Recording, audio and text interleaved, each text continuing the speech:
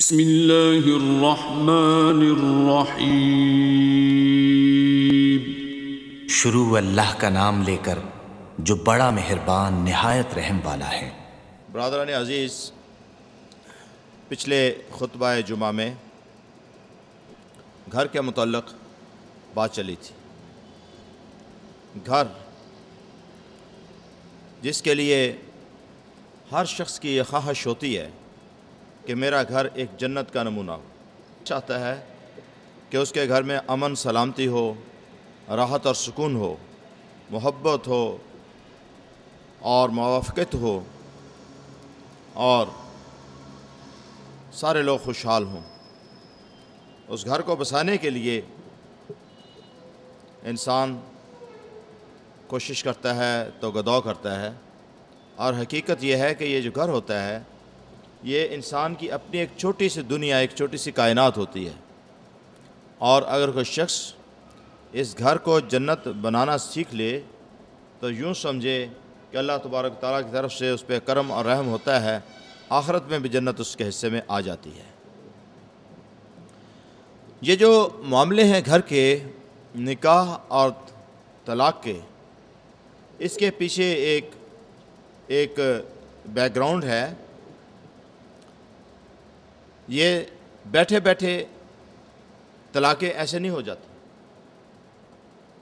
کہ ایک شخص آیا اچھا بھلا، کھاتا پیتا، خوشحال، خوش و خرم، اور اس نے بیٹھے بیٹھے اپنی بیوی کو کہہ دیا چلو ابھی تم آج سے فارغ۔ یہ معاملے ایسے نہیں ہوتے۔ حالانکہ یہودیوں کے اندر ایسا رواج تھا کہ میاں جب چاہے ذرا سی کسی غیر پسندیدہ بات پہ عورت کو طلاق دے دے، اور دوسری طرف عیسائیوں کے اندر یہ رواج تھا کہ جب شادی کر لی تو طلاق کا سوال ہی پیدا نہیں ہوتا۔ وہ سمجھتے تھے کہ جب ایک عورت سے آپ کا نکاح ہو گیا تو پھر عمر بھر آپ دوسری عورت سے شادی کر ہی نہیں سکتے۔ مگر اسلام کے اندر نکاح اور طلاق کا اللہ تبارک تعالیٰ نے ایک بڑا مربوط اور مضبوط، ایک انتہائی اعلیٰ نظام عطا فرمایا ہے۔ مگر اس نکاح اور طلاق کے نظام سے پہلے میں یہ عرض کرنا چاہوں گا کہ معاملات اور اخلاق و آداب جو ہیں اس کو ضرور بادی نظر دیکھیں، کیونکہ یہ سارے جو گھر کے اندر مسائل اٹھتے ہیں اس کے پیچھے اصل تعلق، اصل وجہ انسان کی اخلاقی کمزوریاں ہوتی ہیں، اس کے معاملات کا اچھا نہ ہونا۔ اخلاق و آداب جو ہیں یہ حقوق العباد کا حصہ سمجھے جاتے ہیں۔ بنیادی طور پر انسان جو اس دنیا میں آیا ہے وہ کسی عیاشی کے لیے یا کسی یہاں بہت بڑی بڑی عمارتیں کھڑی کر کے نام و نمود کے لیے نہیں آیا۔ یاد رکھیں کہ انسان آرام و آسائش کے زندگی گزارنے کے لیے توغدو تو ضرور کرے، مگر ایک چیز یاد رکھے کہ آرام و آسائش ہمارا مقصد اولا نہیں ہے۔ یہ تو فرائض منصبی، حقوق اللہ، حقوق العباد کو انسان چاہتا ہے کہ میں آسانی سے ادا کر سکوں، اور جتنا وہ شخص آرام آسائش میں ہوگا، اگر اس کے پاس اللہ تعالیٰ کی طرف سے عطا کردہ جب دولت کی تھوڑی فراوانی ہوگی تو آسان ہو جائے گا زندگی گزارنا، ورنہ یہ مقصد حیات نہیں ہے۔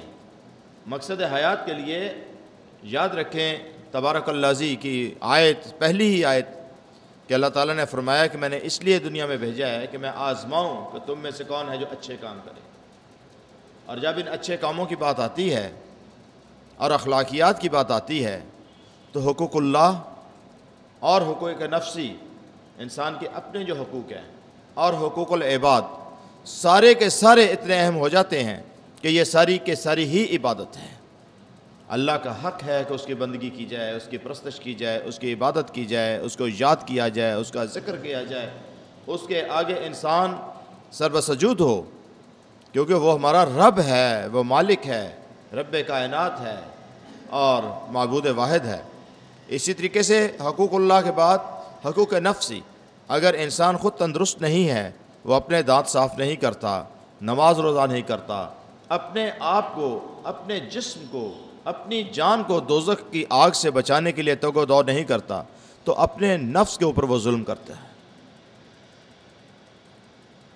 آپ کو یاد رکھنی چاہیے وَدُعَا رَبَّنَا ظَلَمْنَا أَنفُسَنَا وَإِن لَّمْ تَغْفِرْ لَنَا وَتَرْحَمْنَا لا الہ الا انت سبحانک انی کنت من الظالمین۔ اپنے نفس کے اوپر ظلم ہوتا ہے اگر انسان اللہ کی راہ سے منہ موڑ لے، اگر اس کا رجوع اپنے رب کی یاد کی بجائے کسی ایسی طرف ہو جائے جو چیز اللہ کی یاد سے غافل کرنے والی۔ تو چنانچہ حقوق اللہ کے ساتھ حقوق نفسی، انسان کی جو اپنی جان کے، اپنے آپ کا انسان کے اوپر حق ہے، وہ انتہائی اہم ہے۔ اور حقوق نفسی کے بعد پھر حقوق العباد ہیں، جن کو ہم دوسرے لفظوں میں معاملات کہتے ہیں، کہ آپ اپنے دوسرے بہن بھائیوں سے، عزیز و اقارب سے، اہل خانہ سے، اہل محلہ سے، دوست احباب کے ساتھ، جن کے ساتھ کاروباری لین دین ہے، جہاں آپ کام کرتے ہیں، منصبی ذمہ داریاں ادا کرتے ہیں، نوکری ہے، تجارت ہے، فیکٹریاں ہیں، وہاں آپ کا بیہیویئر، آپ کا ایٹیٹیوڈ، آپ کا اخلاق، آپ کا طریقہ زندگی کیا ہے۔ تو یہ جو اخلاق عالیہ ہے، یہ اخلاق آداب ہیں، ان کی بنیادی تعریف حقوق اللہ، حقوق نفسی اور حقوق العباد کو احسن طریقے سے ادا کرنا ہے۔ یعنی وہ طریقہ، وہ نہج، وہ سٹینڈرڈ، خوشی سے، نرمی سے، سختی سے یا درستی سے، جس طریقے سے آپ ان حقوق کو ادا کرتے ہیں، وہی چیز آپ کا اخلاق کہلاتی ہے۔ جب انسان کا اخلاق اچھا ہوتا ہے تو اللہ تعالیٰ کی عبادت بھی انتہائی ادب کے ساتھ اور محبت کے ساتھ کرتا ہے۔ وہ حضور صلی اللہ علیہ وسلم پہ درود پاک بھی حضور کریم صلی اللہ علیہ وسلم کا حق سمجھتے ہوئے پڑھتا ہے اور درود بھیجتا ہے، تو انتہائی محبت سے اور پیار سے، ادب آداب سے باوضو ہو کر اور ادب سے بیٹھ کر پڑھے گا۔ اسی طریقے سے پوری اچھائی کے ساتھ، حسن کے ساتھ، پوری محبت کے ساتھ ادا کرے گا، خوشی سے ادا کرے گا، اور اسی طریقے سے اپنے ہر معاملے پہ جو عمل کرتا ہے وہ اچھے طریقے سے عمل پیرا ہوگا، اچھی نیت کے ساتھ عمل پیرا ہوگا، دوستوں سے اخلاص کے ساتھ ملے گا، پیار اور محبت سے ملے گا۔ اب ان حقوق و فرائض کو ادا کرنے کے لیے ہر ملک و ملت کے اندر، ہر قوم کے اندر، ہر مذہب کے اندر کچھ نہ کچھ قوانین ہوتے ہیں، کچھ دستور ہوتے ہیں کہ یہ حقوق کس طریقے سے ادا کیے جائیں۔ جو قومیں تربیت یافتہ ہوتی ہیں، ذمہ دار ہوتی ہیں، جو عروج چاہتی ہیں، جو اللہ تعالیٰ کی رضا اور خوشنودی چاہتی ہیں، جو اپنے معاشرے کے اندر امن اور سلامتی چاہتی ہیں، جو اپنے گھروں میں خوشحالی چاہتی ہیں، جو عزت دار زندگی بسر کرنا چاہتی ہیں، ان قوموں کے اندر یہ دستور ہوتا ہے کہ بچپن ہی سے بچوں کو احساس ذمہ داری بچوں کے اندر پیدا کیا جاتا ہے، ان کو ذمہ داری کے ساتھ کام کرنا سکھایا جاتا ہے۔ اور وہ قومیں جن کے افراد کے اندر ذمہ داری کا فقدان ہو جائے، وہ قومیں کبھی ترقی نہیں کر پاتی۔ تو چنانچہ ان حقوق و فرائض کے لیے قوموں کے اندر، معاشرے کے اندر ہم آہنگی ہو، یکسانیت ہو، اور ان قوانین کے اندر عمل کی قوت موجود ہو، تو پھر وہ قوم کبھی تنزل کا شکار نہیں ہوتی۔ یہی معاملہ گھر کا ہوتا ہے۔ گھروں کے اندر اگر افراد خانہ، خاوند ہو یا بیوی، گھر کے دوسرے افراد ہوں، چھوٹے یا بڑے، اگر وہ اپنی اپنی ذمہ داریاں اور اپنے فرائض کو خوشی کے ساتھ ادا کریں، آپس میں محبت رکھیں، یگانگت رکھیں اور پیار سے رہیں، تو یہ سوال ہی پیدا نہیں ہوتا کہ کسی کے گھر سے طلاق کے لفظ کی آواز بھی کبھی سنائی دے۔ جب ذمہ داری کا فقدان ہوتا ہے، جب ناسمجھیاں پیدا ہوتی ہیں، جب کسی کے حقوق کو پامال کر کے عدل کی دھجیاں اڑا کر کسی ایسے شخص کی طرف انسان مائل ہو جائے، مرد یا عورت، کہ جس کا حق نہیں بنتا، تو پھر گھر کے اندر فتنہ و فساد برپا ہوتا ہے۔ یہ بنیادی نقطہ ہے۔ ملت اسلامیہ کے لیے اللہ تبارک و تعالیٰ نے انتہائی لطف و کرم کرتے ہوئے ہمیں ایک قانون زندگی دیا ہے۔ یہی ہمارا قانون بندگی ہے، یہی ہمارا سرمایہ حیات ہے، اور یہ چیز ہے قرآن حکیم۔ مگر قرآن حکیم تو ایک کتاب ہے، قرآن حکیم تو ایک کتاب ہے، تو اللہ تعالیٰ نے مزید احسان فرماتے ہوئے، اپنا کرم کرتے ہوئے، اپنا فضل کرتے ہوئے، ہم پہ رحم کرتے ہوئے رحمت للعالمین صلی اللہ علیہ وسلم کی صورت مبارکہ میں ہمیں صاحب قرآن عطا فرمایا۔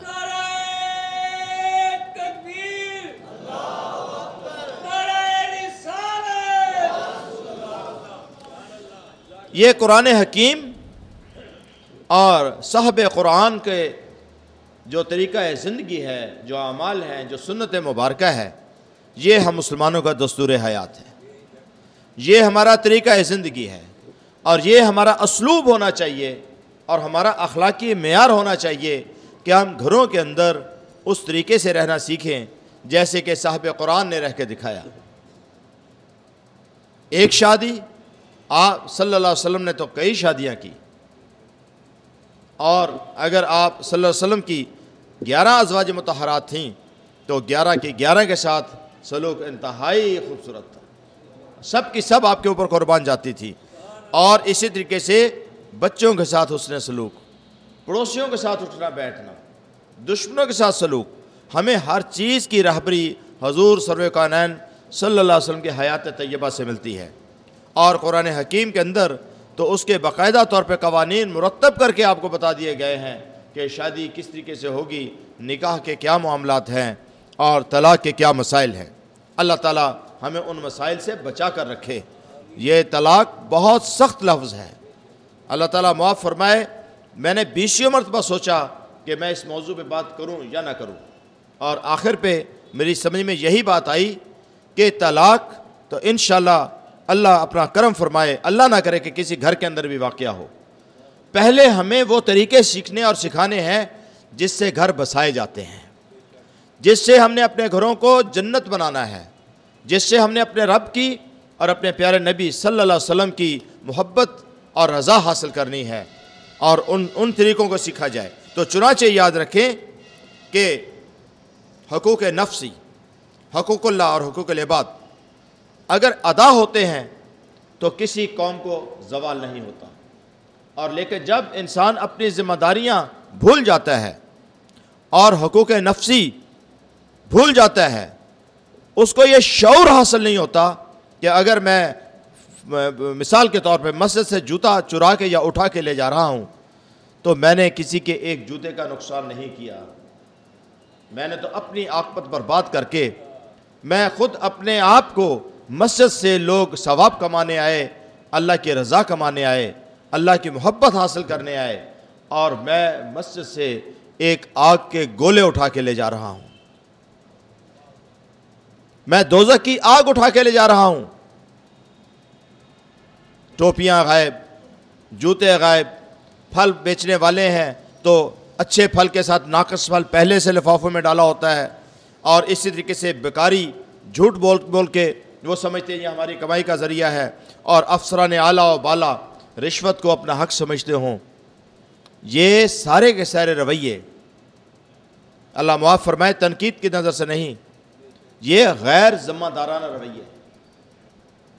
جب ہمارے رویوں میں تبدیلی آئے گی، جب ہمارے گھر حرام کا مال نہیں جائے گا، رشوت نہیں جائے گی، چوری چکاری کا مال نہیں جائے گا، پنجابی میں عرض کروں ہماری بیوی اور بچے پوتریں گے نہیں، ان کے دماغ خراب نہیں ہوں گے، ان کو قناعت سے رہنا آئے گا۔ جب آپ ان کو پیار دیں گے، ان کو محبت دیں گے، ان کے ساتھ حسن سلوک سے پیش آئیں گے، اور ان کو بچپن سے محبتیں سکھائیں گے، احساس ذمہ داری ان کے اندر پیدا کریں گے، تو معاشرے کے اندر یہ طلاق کے مسئلے کبھی نہیں رہیں گے، ختم ہو جائیں گے۔ یہ دستور حیات جو رب کریم نے ہمیں عطا کیا ہے، یہ ہر طرح سے مکمل ہے۔ یہ بے نقص ہے، یہ پاک ہے۔ فقدان جو ہے وہ صرف عمل کا ہے، اور عمل کا فقدان صرف اس لیے ہے کہ ہم سست ہیں، غافل ہیں، شارٹ سائٹڈنس ہے، ہم آخرت کے بارے میں نہیں سوچتے، اپنے رب کے حضور جواب دہی کے لیے نہیں سوچتے۔ مثلا شادی ہی کا معاملہ لے لیں، شادی مستی نکالنے کے لیے نہیں ہوتی۔ شادی کو جو اصل روح ہے وہ معاشرے کی تربیت، انسانیت کی تربیت، اور تربیت کے ساتھ انسانیت اور معاشرے کی پرورش کی ذمہ داری اٹھانے کا نام ہے۔ یہ انسانیت کی پرورش، انسانی کی تربیت، شاید میں نے زیادہ بڑا لفظ استعمال کیا، اس کو اپنے گھر سے شروع کر لیں۔ اولاد کی تربیت، اولاد کی پرورش کے لیے شادی کی جاتی ہے، اور یہی اولاد آپ کا معاشرہ بنتا ہے، یہی آپ کا مستقبل ہے، اور یہی آپ کے دل کی خوشیاں لے کر آتی ہیں۔ جب انسان کو یہ احساس ہو جائے کہ شادی جو انسان کرتا ہے اس کے اصل مقاصد کیا ہیں، تو پھر ان مقاصد کو اگر وہ ہدف نظر بنا لے، اس پہ نظر رکھتے ہوئے اپنی زندگی گزارے، تو شادی ٹوٹے گی نہیں، انشاءاللہ کبھی نہیں ٹوٹے گی۔ گھر کو جنت بنانا اور گھر میں امن سے رہنا تو ہر جانور کی بھی یہ خواہش ہوتی ہے۔ دنیا کے بڑے سے بڑے درندے، شیر کو لے لیں، بھیڑیوں کو لے لیں، اور میں بہت سے نام لینا پسند نہیں کرتا، مسجد میں باوضو بیٹھے ہیں، وہ جانور بھی، یعنی ایسے جانور بھی جو حرام ہیں، جن کا نام لینا بھی انسان گوارا نہیں کرتا، وہ ریوڑوں کی صورت میں، وہ غاروں کے اندر، وہ جنگلوں کے اندر اکٹھے رہنا پسند کرتے ہیں۔ تو کیا ہم بحیثیت انسان کبھی سوچئے گا، اتنے گئے گزرے ہو گئے ہیں کہ ہم ایک گھر میں اکٹھے رہنا پسند نہیں کرتے؟ کبھی غور کیا اور سوچا کہ وہ جانور اکٹھا رہنے کے لیے اپنے بھیڑیے پن کو، اپنی درندگی کو بھی سائڈ پہ رکھ دیتے ہیں جب وہ اپنوں میں رہتے ہیں؟ جب وہ اپنوں میں رہتے ہیں، معاف کیجیے، الحمدللہ یرحمکم، جب وہ اپنوں میں رہتے ہیں تو پھر ہمیں اپنوں میں کیسے رہنا چاہیے؟ اپنی بیوی، اپنے بچے، اپنے بہن بھائی، اپنے دوست احباب، اپنے چچا، اپنے ماموں، انسان اور حیوان میں بنیادی فرق تو انسانیت کا ہے، تمدن کا ہے، شہریت کا ہے، اصولوں کے مطابق سچائی کے ساتھ، ایمانداری کے ساتھ، اخوت کے ساتھ، مودت کے ساتھ، محبت کے ساتھ، اثار اور قربانی کرتے ہوئے، ایک دوسرے سے پیار کرتے ہوئے زندگی گزارنے کا ہے۔ تو پھر کیوں ایک ایسا موقع آ جاتا ہے جہاں وہ میاں بیوی جو صرف جسمانی طور پر ایک نہیں ہوتے، نکاح پڑھتے ہیں، کلمے پڑھ کر تو روحانی طور پر ایک ہو جاتے ہیں، جن کی اولاد سانجی ہوتی ہے، جن کا جسم و جان سانجا ہو جاتا ہے، وہ آخر کیوں اللہ اور اس کے رسول صلی اللہ علیہ وسلم کو اور ان محبتوں کو اور ان سارے اسباق کو اور اس سارے قرآن کو اور آپ صلی اللہ علیہ وسلم رحمۃ للعالمین کے امتی ہونے کو کہ اب وہ امتی ہیں، وہ کیوں بھول جاتے ہیں کہ ہم سرکار دو عالم صلی اللہ علیہ وسلم کے امتی ہیں؟ ہمارا تو دشمنوں کے ساتھ سلوک بھی بہت اعلیٰ اور عرفہ ہونا چاہیے۔ ہمیں تو درگزر کی تربیت دی گئی، ہمیں تو صبر اور برداشت سکھایا گیا، ہمیں تو دشمنوں سے پیار سکھایا گیا۔ ہم اپنوں کے ساتھ، اپنے بیوی بچوں کے ساتھ کیوں بگڑ جاتی ہیں؟ یہ تو اللہ تعالیٰ کا خاص الخاص احسان ہے کہ اللہ تعالیٰ نے ہمیں خلیفۃ الارض بنا کے اس دنیا میں جب انسان کو بھیجا ہے تو اسے زندگی کے آداب بھی سکھائے اور بندگی کے آداب بھی سکھائے۔ اور یہ آداب زندگی یاد رکھیے، جہاں سے شروع ہوتے ہیں اس جگہ کا نام ہے گھر، ہوم سویٹ ہوم۔ گھر، میرا گھر، میری جنت۔ جو دنیا کے اندر انسان کا ایک ٹھکانہ ہے. جب انسان دھوپ کے تھپیڑوں سے، ظلمت کے اندھیروں سے، دشمن کے چنگل سے اور تھکاوٹ سے چور نکلتا ہے کہیں سے، تو وہ کہاں جانا پسند کرتا ہے؟ گھر، اپنے گھر. اور اپنے گھر کو جس نے جنت بنا لیا، سمجھ لو کہ اس نے اللہ رب العزت کے حضور اللہ کی محبت کو اور پیارے نبی صلی اللہ علیہ وسلم کی محبت کو پا لیا. یہ گھر سے بات شروع ہوگی اور گھر پہ ہی ختم ہوگی، کیونکہ انسان کی تربیت گھر سے شروع ہوتی ہے اور انسان کا ٹھکانہ بھی گھر ہی ہے.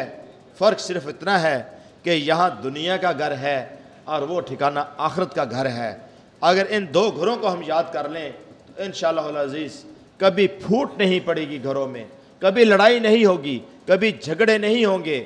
اللہ تعالیٰ کے حکم سے یہ مسجد اللہ اور اس کے پیارے حبیب صلی اللہ علیہ وسلم کے نام پہ ہے. یہ مسجد حبیب ہے. یہاں ہم نے انشاءاللہ محبتیں سیکھنی ہیں، پیار سیکھنا ہے. میں اسی گھر کے موضوع کو لے کر چلوں گا. بیچ میں ایک خطبہ عید الاضحیٰ کا آئے گا تو انشاءاللہ العزیز اس گھر کے موضوع کو لے کر چلے گا. اور یہ محبت جو اپنے گھر کے افراد سے، اپنے پیاروں سے، اپنے بیوی اور اپنے بچوں سے، اپنے بہن بھائیوں سے شروع ہوگی. یہ محبت چلتے چلتے اہل بیت کی محبت اور انبیاء اکرام کی محبت اور اولیاء اکرام کی محبت اور اللہ کی محبت کے اندر انشاءاللہ العزیز منتقل ہو جائے گی. اللہ ہمیں اپنی محبت عطا فرمائے، اپنے پیارے حبیب صلی اللہ علیہ وسلم کی محبت عطا فرمائے. اللہ تعالیٰ اہل بیت کی محبت عطا فرمائے. اللہ تعالیٰ محبت سے، پیار سے، اخوت سے رہنا نصیب فرمائے. جزاک اللہ.